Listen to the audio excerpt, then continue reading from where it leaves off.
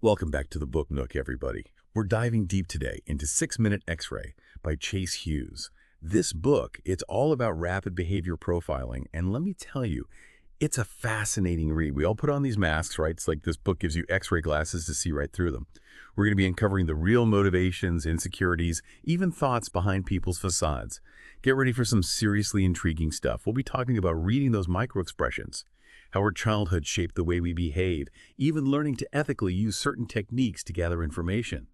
The coolest part, you can apply all of this to your everyday life. So, are you ready to look beneath the surface? Hughes jumps right in and introduces his 6-minute X-ray system. It's his method for rapidly profiling, well, anyone you meet, really. And it all comes from his background as a military intelligence officer. He was in situations where he had to make split-second decisions, super accurate assessments, and that experience is what shaped this whole system. But you know what really got me thinking? It was his 4 laws of behavior. They're the foundation of the entire book, and they really make you see people in a whole new light. The first law is that everyone, and I mean everyone, is carrying around some amount of suffering, some insecurity. You might not see it, but it's there. The second law says we all wear masks, these carefully crafted personas that hide our vulnerabilities. And here's the kicker. The third law says we all pretend those masks don't even exist. Like it's this unspoken agreement, we all just go along with this charade of social interaction. And finally, the fourth law, and this one really hit home for me, is that our childhood experiences, all those early joys and pains, they play a huge role in the masks we choose to wear and how we behave as adults. Now, this is where things get really interesting. The book dives into all sorts of behaviors from facial expressions and body language to eye movements, even how we speak. It's like Hughes is handing you a decoder ring for human behavior, helping you understand those little signals and see what's really going on. He even gets into something called elicitation techniques, which are these clever ways to get information without directly asking questions. But before we get too far ahead of ourselves, let's get down to specifics. Hughes goes into a ton of detail about individual behaviors and what they could mean. For instance, he talks about blink rate. Apparently, if someone's blinking faster, it might mean they're stressed or disagreeing with you, while slower blinking could signal focus or interest. Then there's pupil dilation. You know your pupils widen when you look at something you like. Well, it turns out that applies to people too. If someone's pupils dilate, it could mean interest, maybe even attraction. But if they constrict, it might point to disinterest or negativity. It's like our bodies are giving away secrets without us even realizing it. He also talks about lip compression, that subtle way people purse their lips, as a possible sign that they're holding back their true opinions or objections. And that nostril flaring? That's a classic sign of strong emotion, like anger or disgust. He even has a whole section on something he calls dominant shoulder retreat. It's this almost unnoticeable pulling back of the shoulder that matches your dominant hand. You might not even see it, but it's a strong indicator of disagreement. It's like your body's instinctively prepping for a fight, even if you don't realize it. It's incredible how much we're unknowingly communicating through our actions, isn't it? One thing that totally blew my mind was something called gestural hemispheric tendency, or GHT for short.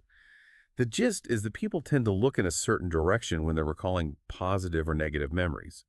Let's say you're trying to close a deal, and you see your client glancing to their right whenever mentioned the benefits of your product. Well, according to GHT, you might want to position yourself on that side of the table. That way, you're subconsciously reinforcing those positive feelings. It's about using those unconscious triggers to subtly influence decisions. Hold on tight for this next one. He introduces something called the human needs map. It lays out these 6 core social needs that drive us: significance, approval, acceptance, intelligence, pity, and strength power. Hughes argues that if you can understand these needs, especially which ones are strongest in the people you're dealing with, you have a real edge. He even explains how to use this knowledge ethically to build rapport and influence outcomes. It's like having a cheat sheet to understand what makes people tick. But it goes deeper than that. He also dives into the fears that are tied to each need, and this is where it gets really insightful. He points out that if you can acknowledge and address those fears, you can build deeper connections and communicate more effectively. It's like a masterclass in empathy, helping you understand what's driving people's behavior on a much deeper level. All right, are you ready for the next level? He introduces this concept of decision maps, which basically explain how people make decisions based on different factors. He lays out 5 main decision-making styles: deviance, novelty, conformity, social, and investment. And get this, once you figure out someone's dominant style, you can tailor your communication to really resonate with their specific way of taking in information and making choices. It's about meeting people where they are, speaking their decision-making language, so to speak. Pretty clever, right? But wait, there's more. Hughes also talks about sensory preferences, whether someone's more visual, auditory, or kinesthetic. He even gives you lists of words that resonate with each type, suggesting you use them in your conversations to make your message more impactful. And finally, he touches on pronoun usage. Yep, even the pronouns we choose can give subtle clues about how we see ourselves and relate to others. It's amazing how every little detail adds to the bigger picture of who we are. I know that was a lot to absorb, but I think you can already see how powerful this 6-minute X-ray system could be. It's like having X-ray vision into people's minds, allowing you to get a glimpse of their thoughts, feelings, and motivations. Honestly, I'm still processing it all, but it's already changed the way I look at people and approach interactions. I definitely notice more now, like I'm more aware of those subtle cues that people are constantly sending out. But it's also made me appreciate just how complex human behavior really is. We're all going through something, wearing our own unique mask, carrying the weight of our pasts. This book is a great reminder to approach each other with empathy and understanding, because there's always more to the story than what we see on the surface. One of the things that really stood out to me was the ethical side of all this. Hughes really emphasizes how important it is to use this knowledge responsibly, making it clear that this isn't about manipulating people or exploiting their vulnerabilities. It's about building real connections, creating trust, and using these insights to improve communication and understanding. And let me tell you, I had so many aha moments reading this book. It was like I could suddenly see these behaviors playing out in my own life and with the people around me. It definitely made me question some of my own assumptions about how people behave, showing in all these hidden complexities that we often miss in our day-to-day interactions. Okay, before we move on, I want to quickly go over some of the key takeaways from 6-minute X-ray. First and foremost, those 4 laws of behavior. Everyone is carrying some pain. We all wear masks. We pretend those masks don't exist, and our childhoods shape who we become. These are essential for understanding people. Second, watch out for those nonverbal cues. The way someone blinks, their pupils, lip compression, nostril flaring, shoulder movements, they can all give you clues about how someone's feeling. Third, think about those deeper needs and fears. What are people truly looking for when they interact with others? What are they afraid of? Once you understand those core motivations, you can tailor your communication to connect on a much deeper level. And lastly, keep those decision-making styles and sensory preferences in mind. Adjust your approach to match the individual, speak their language, and you'll have a much better chance of getting through. If you're looking for a book that will make you think and maybe even change how you see the world, I can't recommend 6-minute X-ray enough. It's such a fascinating exploration of human behavior, and it'll leave you with a whole new perspective on the people around you. I know what you might be thinking. Yeah, it does kind of sound like learning to be a human lie detector, right? Right. Like, how do you even know if any of this stuff is accurate? That's the thing, though. It's not about, like you said, jumping to conclusions just from one little gesture. So it's not like, oh, they blink 3 times in 5 seconds, they must be lying. Exactly.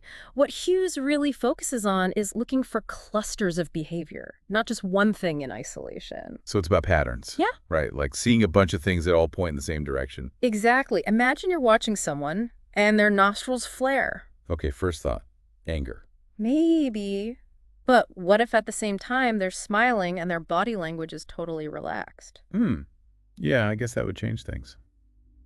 So context is important. Huge. That's why looking for these clusters that Hughes talks about is so important. You got to put all the puzzle pieces together. Can you give me an example, like what a cluster might look like in real life? Okay, picture this. Someone's getting criticized by their boss and their nostrils flare. Okay, makes sense. They're angry. Hold on. What if, along with that nostril flare, you also see them pressing their lips together, their dominant shoulder pulls back a bit, and their blink rate goes up? Whoa, yeah, that definitely paints a different picture. Right. Now it's not just anger, it's discomfort, maybe even disagreement. That's fascinating. But how do you keep track of all these things in real time? It seems like a lot. It does take practice. Hughes actually has this whole system for analyzing these clusters where he gives different behaviors a deception rating based on the context and how they fit with other cues. So it's not just a gut feeling. There's actually a framework to help you interpret things. Exactly. And this brings up another really important point, the ethics of using this stuff. Yeah, because let's face it, it can feel a little manipulative.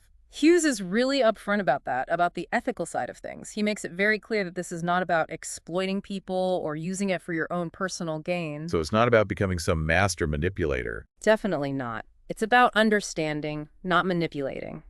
He wants readers to use this knowledge with empathy and respect to build real connections, improve communication, and foster understanding.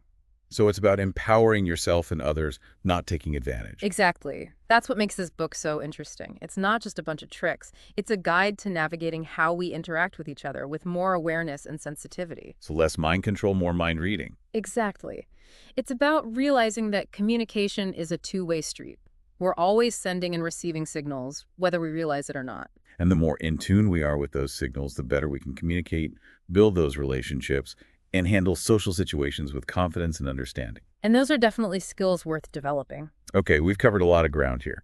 Is there anything that particularly stands out to you from all this? What I find really insightful is how Hughes connects these seemingly random behaviors to deeper psychological stuff. Like those needs and fears we were talking about. Exactly. For example, someone who really needs to feel significant might be more susceptible to flattery. Makes sense. It feeds their ego, right? Right. Or someone with a strong need for approval might be easily swayed by what everyone else is doing. Because they're worried about fitting in, being liked. It's all about understanding those underlying motivations, those deep-seated needs and fears that are driving how we act. So it's like having a cheat sheet for understanding the human psyche. In a way, yeah. But again, it's not about manipulation. It's about using this knowledge to really connect with people. Communicate better, build stronger relationships. And to navigate those tricky social situations with more confidence and understanding. It's like having a secret weapon for social intelligence. I wouldn't say weapon, it's more like a compass. It's helping you find your way through all the complexities of human interaction. Okay, so after this deep dive into 6-Minute X-Ray, what's the one thing you'd want our listeners to walk away with? I'd hope they come away with a renewed sense of curiosity about people. To see past the masks, to see the person underneath. And to approach each other with empathy and a willingness to understand, because there's always more to the story than what we see on the surface. That's a great way to put it, a compass. Yeah. Yeah. It's about navigating those connections, being more aware. Exactly. And that's why I think this book is so valuable. It's not just about the techniques themselves. It's about coming to a deeper understanding of ourselves and the people around us. And you can use that understanding in so many areas of life, right?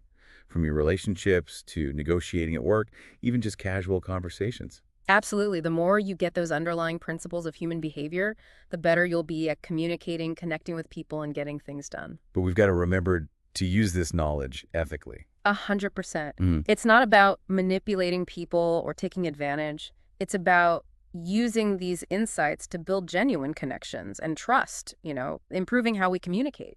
It's about empowering ourselves and the people around us to be more authentic and have more meaningful interactions. Exactly. And that's a powerful message that I think we can all benefit from.